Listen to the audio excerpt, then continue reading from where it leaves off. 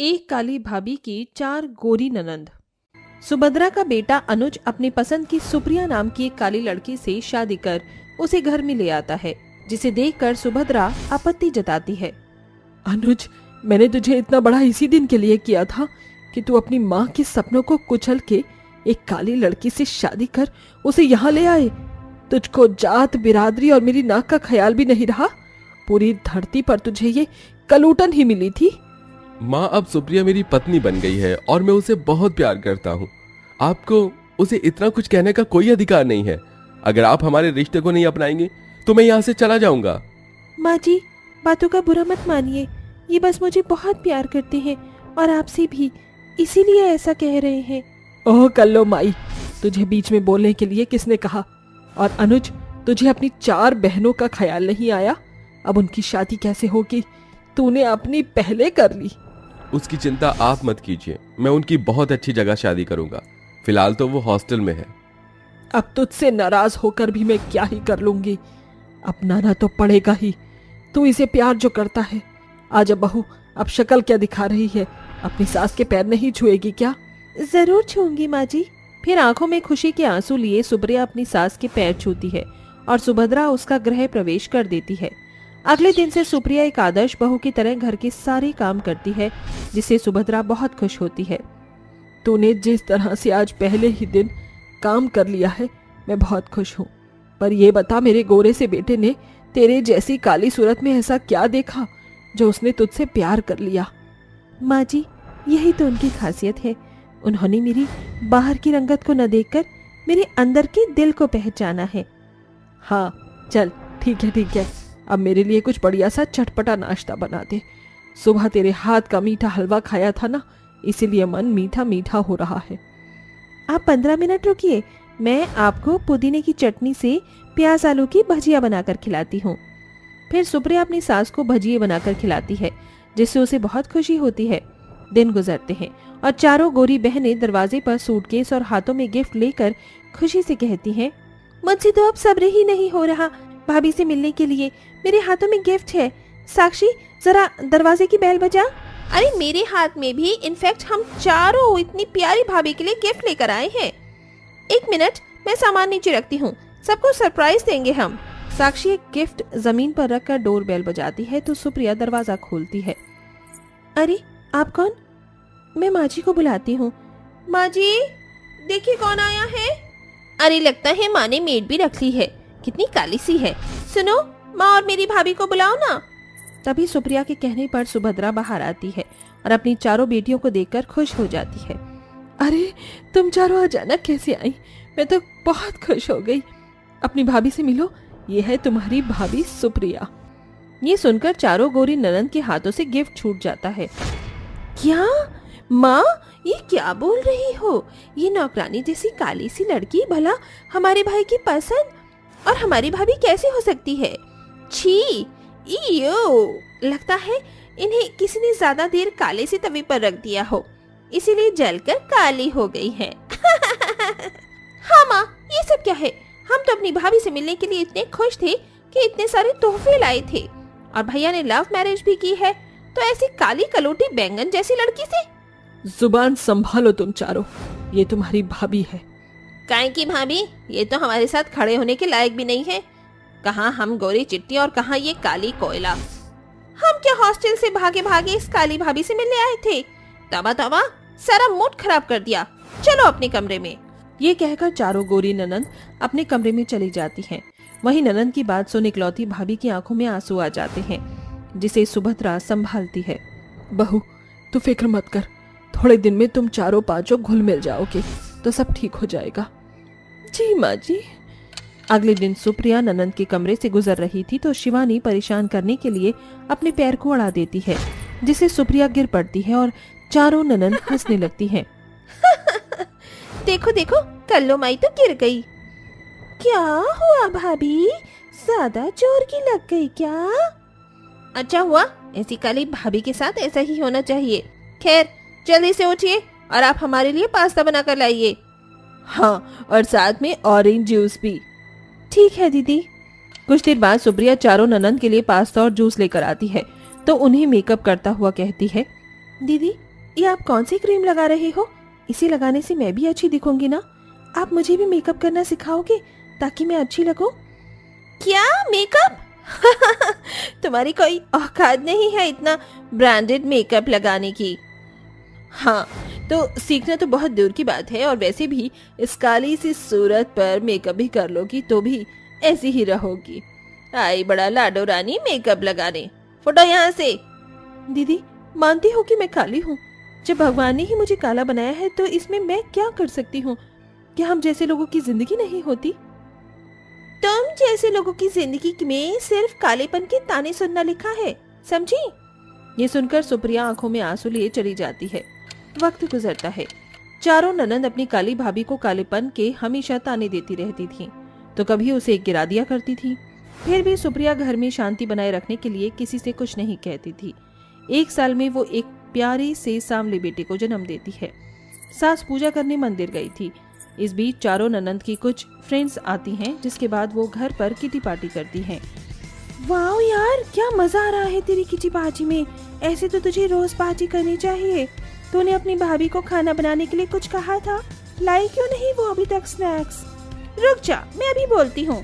भाभी, ओ भाभी, कितनी देर में खाना लगाओगी या हम सब भूखे मरे यहाँ?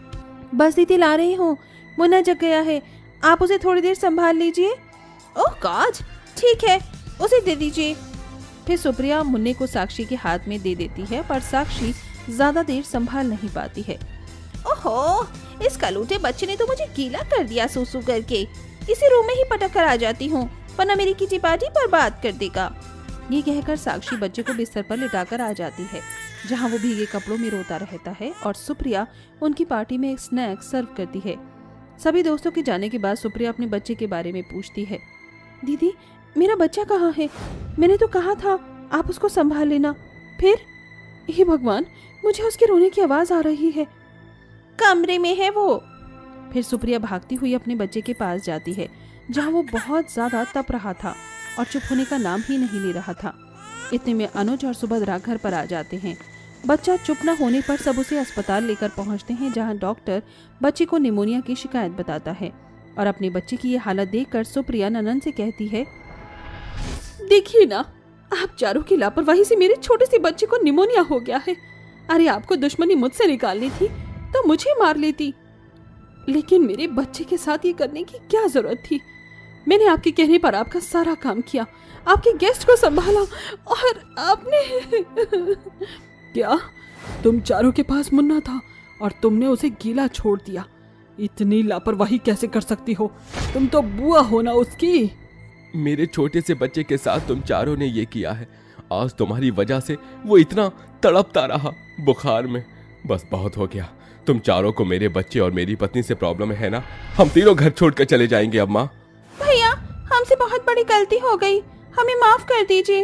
हम नहीं जानते थे कि मुन्ने की तबीयत खराब हो जाएगी। हाँ भैया, हमें माफ कर दीजिए, पर हमें ऐसे छोड़कर मत जाइए। हाँ भैया भाभी, माफ कर दीजिए। हमें अकल आ गई है कि इंसान का रंग रूप नहीं, दिल अच्छा होने चाहिए, जो हम चारों ननंद का है नहीं, वरना ऐसा नहीं करते जो आज हुआ। हम चारों को अपनी गलती का पछतावा है, दोबारा ऐसा कभी नहीं होगा। प्लीज भैया भाभी रुक जाइए। सुनो जी, इनको माफ कर दो। ठीक है। इस तरह चारों ननंद को अपनी गलती का एहसास होता है और वो मुन्ने का बहुत ख्याल रखती हैं। कुछ ही दिनों में मुन्ना ठीक हो जाता है और ननंद भाभी के बीच प्यार की नोकझोंक शुरू हो जाती है। गरीब ससुराल में बर्थडे पर आई 2 अमीर सहेलियां। Happy birthday to you, happy birthday to you, happy birthday to you. Thank you so much Mona और रिया, तुमने मेरा बर्थडे इतना स्पेशल जो बनाया। मैंने एक्सपेक्ट भी नहीं किया था कि मेरा बर्थडे इतना स्पेशल बनेगा। बस बस बस, ये थैंक यू वाली फॉर्मेलिटी किसी और को दिखाइयो। चल अब जल्दी से केक कट कर, कब से वेट कर रहे हैं तेरे केक कट होने का। बस यार 2 मिनट, अरमान अभी आता ही होगा। अरमान का किस्सा कभी खत्म क्यों नहीं होता? अरमान तेरे लायक नहीं है। तू इतने अमीर और बड़े परिवार से है, तेरे परिवार का पूरे शहर में नाम है, और तू एक गरीब से प्यार कर रही है। अरे उसकी औकात तो तेरे घर में नौकर बनने की भी नहीं है। तुम दोनों क्यों नहीं समझती, मैं अरमान से बहुत ज्यादा प्यार करती हूँ। मुझे अरमान के गरीब होने से कोई फर्क नहीं पड़ता। मैं उसके साथ सूखी रोटी खाकर भी अपनी जिंदगी गुजार लूंगी। किंजल इतना कही रही होती है कि तभी वहां अरमान आ जाता है। Happy birthday Kinjal. सॉरी, मैं तुम्हारे लिए कोई महंगा तोहफा नहीं ला पाया, लेकिन मैं तुम्हारे लिए तुम्हारे मनपसंद फूल लेकर आया हूँ। वाह अरमान, ये फूल तो मुझे बहुत पसंद है। Thank you so much. तुमने मुझे मेरे बर्थडे पर सबसे प्यारा तोहफा दिया है। किंजल अरमान के साथ मिलकर अपना बर्थडे केक कट करती है। ये सब देखकर रिया और मोना को बहुत गुस्सा आता है और वो वहां से गुस्से में चली जाती है। अरमान एक गरीब परिवार से होता है, वहीं किंजल, मोना और रिया तीनों ही अमीर परिवार से होती हैं। अरमान के गरीब होने की वजह से मोना और रिया बिल्कुल भी अरमान को पसंद नहीं करती, लेकिन किंजल अरमान से बहुत ज्यादा प्यार करती थी, जिसके चलते मोना और रिया हमेशा किंजल को अरमान से दूर रहने के लिए बोलती थी। कितना टाइम हो गया है ना हम लोगों को एक साथ टाइम स्पेंड करे हुए। तेरे उस गरीब बॉयफ्रेंड की वजह से तूने तो हमसे बात भी करना बंद कर दिया है ना। न जाने आज तू कैसे हम लोगों के साथ आ गई। मुझे तो लगा तू आज भी अपने उस पर टीचर बॉयफ्रेंड को लेकर आएगी। मैंने तुमसे कितनी बार कहा है, मैं अरमान से बहुत प्यार करती हूँ। मैं उसके खिलाफ एक शब्द भी नहीं सुन सकती। अगर तुम लोगों को अरमान से इतनी ही प्रॉब्लम है तो मैं चली जाती हूँ यहाँ से। ठीक है, सॉरी बाबा, अब हम कुछ नहीं बोलेंगे तेरे अरमान के बारे में। वैसे मैंने ये प्लान एक बहुत इंपॉर्टेंट डिस्कशन के लिए बनाया था। मेरे पापा के बिजनेस पार्टनर राजीव मल्होत्रा के बेटे राज मल्होत्रा से मेरा रिश्ता तय हो गया है और कुछ ही महीनों में मेरी शादी है। वाह रिया, शादी के बाद तो फिर तेरी ऐश ही ऐश है। मेरे डैडी भी मेरे लिए लड़का ढूंढ रहे हैं और जल्द ही मेरी भी शादी हो जाएगी। किंजल रिया और मोना की बात सुनकर बहुत खुश होती है और कुछ ही महीनों में रिया और मोना की शादी हो जाती है। रिया और मोना की शादी के बाद किंजल भी अरमान से शादी कर लेती है। शादी के बाद किंजल सारी जिम्मेदारियों को अच्छे से निभाती है। बहू, ये तू क्या कर रही है? माँ जी, बहुत सारे कपड़े जमा हो गए थे तो मैंने सोचा कि आज इन्हें धो देती हूँ। तो ये सब छोड़, तू जाकर आराम कर। ये कपड़े माला धो लेगी। हाँ भाभी, मैं सारे काम कर दूंगी। माँ जी, मैं इस घर की बहू हूँ। बहू का तो फर्ज होता है कि वो घर के सारे काम करे और घर की सारी जिम्मेदारियों को संभाले। लेकिन तुम हमारे जैसे गरीब परिवार से नहीं हो, बल्कि एक अमीर परिवार से हो। मायके में तो तुमसे कोई एक गिलास पानी भी नहीं मांगता होगा और यहाँ तुम अपने ससुराल वालों के गंदे कपड़े धो रही हो। माँ जी, ये आप कैसी बातें कर रही हैं? मैं घर की बहू हूँ और मेरा फर्ज है आप सबका ख्याल रखना और मैं अपना फर्ज अच्छे से निभाऊंगी। शादी से पहले मैंने कोई काम नहीं करा, लेकिन अब ये मेरी जिम्मेदारी है, तो मुझे अपनी जिम्मेदारी को अच्छे से निभाने दीजिए। आप जाकर आराम कीजिए, मैं सारा काम कर लूंगी। किंजल की बात सुन मालती की आंखों में आंसू आ जाते हैं। अमीर परिवार से होने के बाद भी किंजल में कोई घमंड नहीं था। किंजल अपने ससुराल में सारे ऐशो आराम ना होने के बावजूद भी बहुत खुश रहती थी। वहीं शादी के बाद रिया और मोना बड़े ऐशो आराम से अपनी जिंदगी जीती हैं। ऐसे ही समय गुजरता है और किंजल का जन्मदिन आने वाला होता है। माला, अगले हफ्ते किंजल का जन्मदिन है।